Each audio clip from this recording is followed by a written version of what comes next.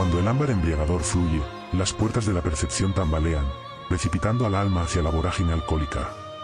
Más allá de los océanos emocionales, la búsqueda desesperada de alivio surge como un faro distante. La psicosis alcohólica se convierte en un laberinto de desesperación y descontrol, donde el bebedor consuetudinario se debate entre la realidad y la ilusión. Dipsomanía. En el laberinto de una mente.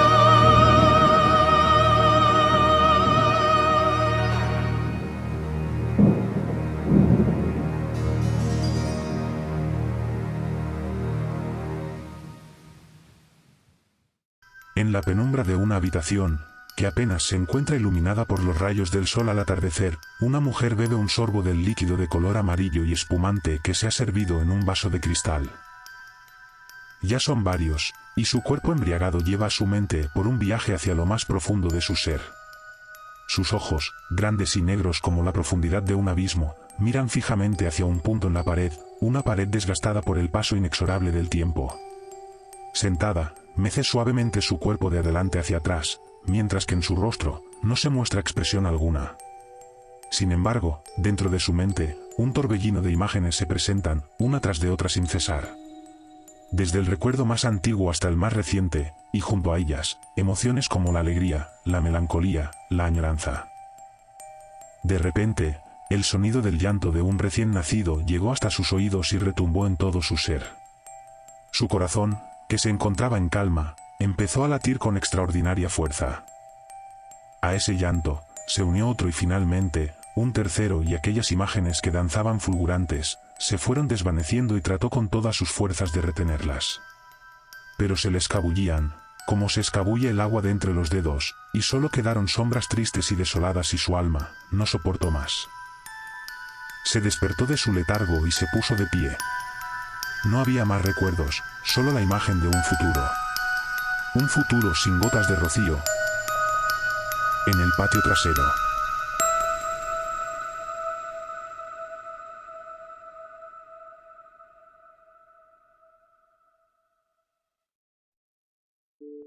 Aquel día debió de haber sido sábado. Sí, debió de haber sido un sábado, porque ni mi progenitor ni mi abuelo se encontraban en casa. Mis hermanos, mi progenitora y yo estábamos encerrados en el dormitorio que era destinado para la empleada de hogar. Entre las voces que provenían del pequeño televisor y la de mis hermanos menores, no pude distinguir en un principio aquella que había mencionado mi nombre. De repente, todos en aquella habitación enmudecieron y se quedaron en el mismo lugar como petrificados, y solo atinaron a dirigir la mirada hacia la persona que se encontraba parada en el umbral de la puerta, quien nuevamente volvió a mencionar mi nombre. Tomás, tu tía te llama. Miré a los ojos a mi progenitora y ella solo atinó a decir, ve con ella. La miré a los ojos por un instante. Es increíble cómo a pesar de los años transcurridos, aún pueda recordarlo con total claridad.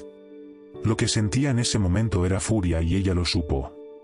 En su rostro se dibujó una sonrisa nerviosa y su mirada se volvió triste. Caminé hasta el umbral de la puerta y al llegar me quedé parado mirando a los ojos a la persona que se encontraba delante de mí. Ella quiere hablar contigo. Luego de decir aquello, me tomó del brazo y juntos emprendimos la marcha.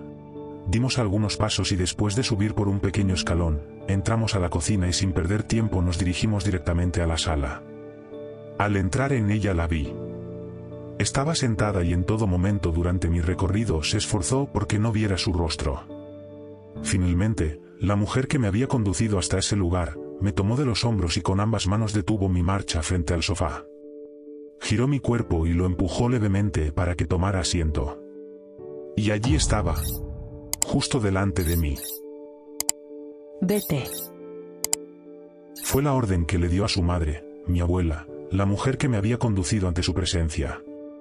Cuando percibió que nos encontrábamos solos en aquella habitación, giró su cuerpo lentamente hacia mí. Llevaba puesta una bata larga de color verde adornada con dibujos de flores de colores que cubría todo su cuerpo. Su cabello estaba recogido y tirado para atrás. El objetivo de llevarlo así fue obvio para mí. Quería que observara su rostro en toda su plenitud. Sobre su piel pálida resaltaban con gran notoriedad dos cosas. sus enormes ojos negros y una gran mancha de colores verde y morado que se extendía desde la mitad de la frente, gran parte de la nariz y debajo de su ojo izquierdo llegando hasta el pómulo.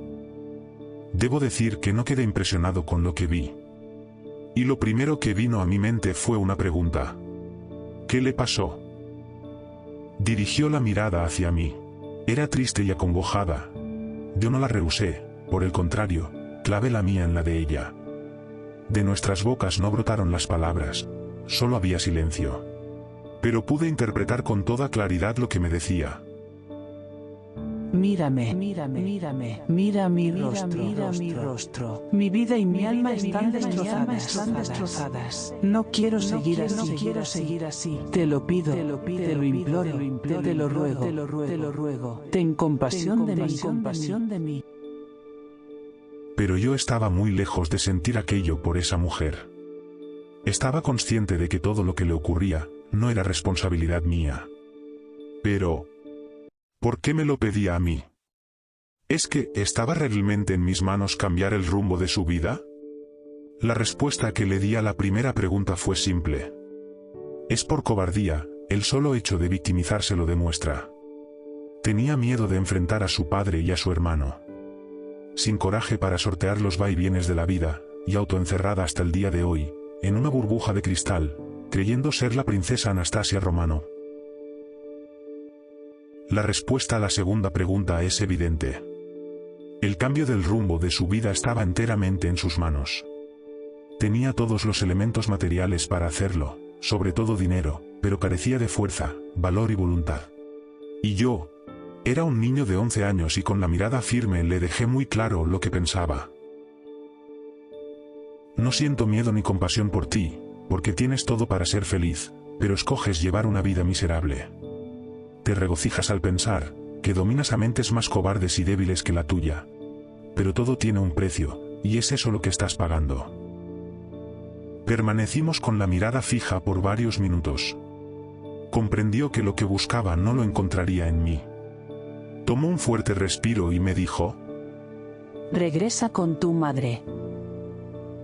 Permanecí sentado por un momento sin quitarle la mirada de encima y cuando creí conveniente, me levanté y empecé la marcha. Pasé por la cocina y luego atravesé el patio trasero. Abrí la puerta de la habitación y allí estaban mis hermanos jugando sin percatarse de lo que había ocurrido, y parada, casi apoyada sobre la pared del fondo, mi progenitora. Me miró y yo a ella. Dibujó en su rostro una sonrisa nerviosa, la cual desapareció inmediatamente al percatarse de la seriedad de mi mirada. Me encontraba enojado y confundido. Di unos pasos y cerré la puerta detrás de mí.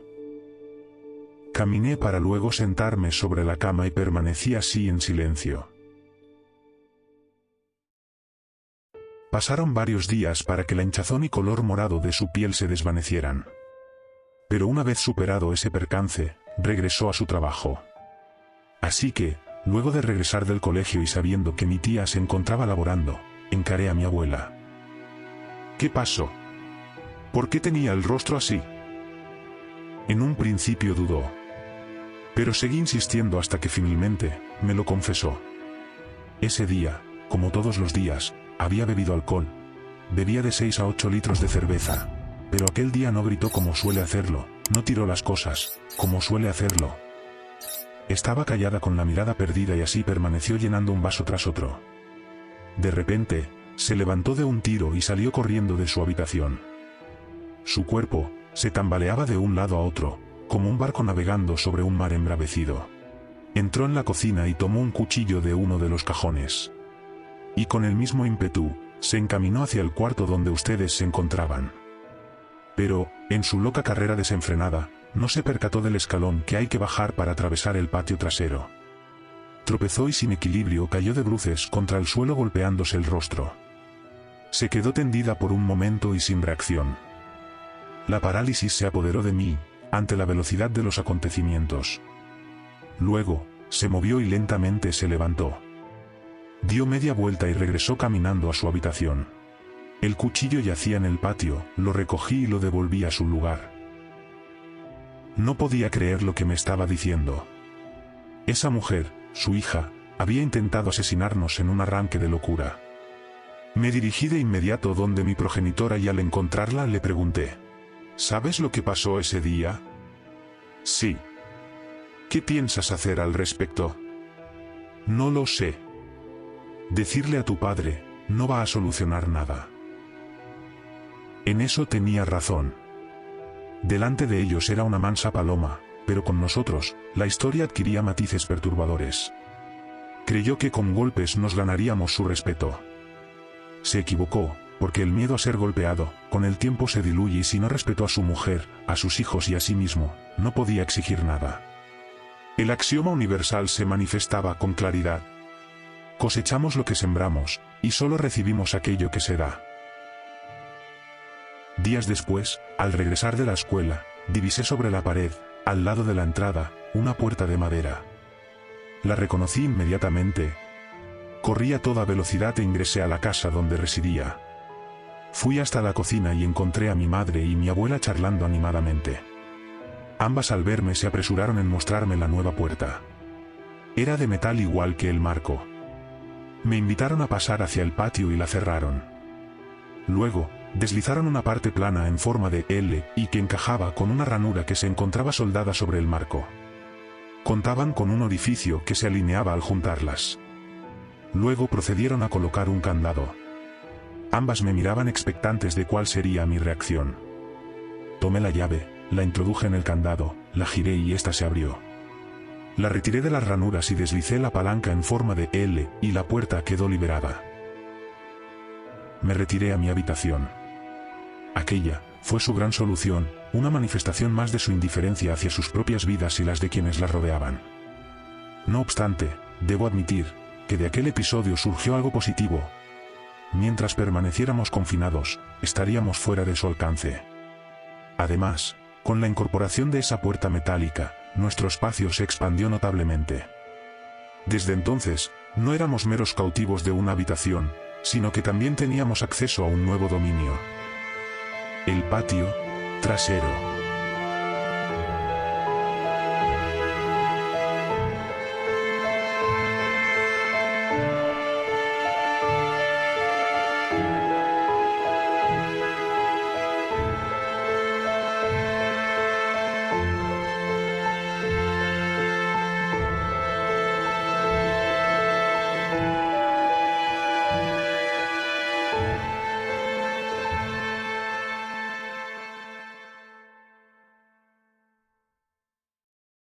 La psicosis alcohólica es un tipo de psicosis causada por la ingesta de gran cantidad de alcohol, provocando alucinaciones, delirios y pensamientos confusos. El individuo que se encuentra en estado alcohólico o dipsómano, carece de control sobre los límites de su consumo. Las causas que llevan a un ser humano a esta condición pueden ser diversas. Desde factores genéticos y ambientales hasta la búsqueda de aliviar la ansiedad, la depresión y los recuerdos de un pasado o un presente, real o irreal, pero insoportablemente doloroso.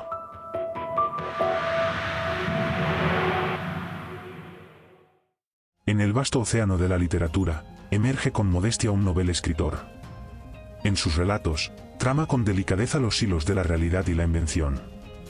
Este aprendiz de las letras, en su desesperación por plasmar en papel todo lo que su imaginación le provee, e inspirado por la vastedad del mundo y las historias de quienes lo habitan, nos brinda la oportunidad de sumergirnos en un viaje literario, donde las fronteras entre la ficción y la realidad se desvanecen, y recordándonos que, en última instancia, cada historia es un reflejo de nuestra propia existencia, en el laberinto del tiempo.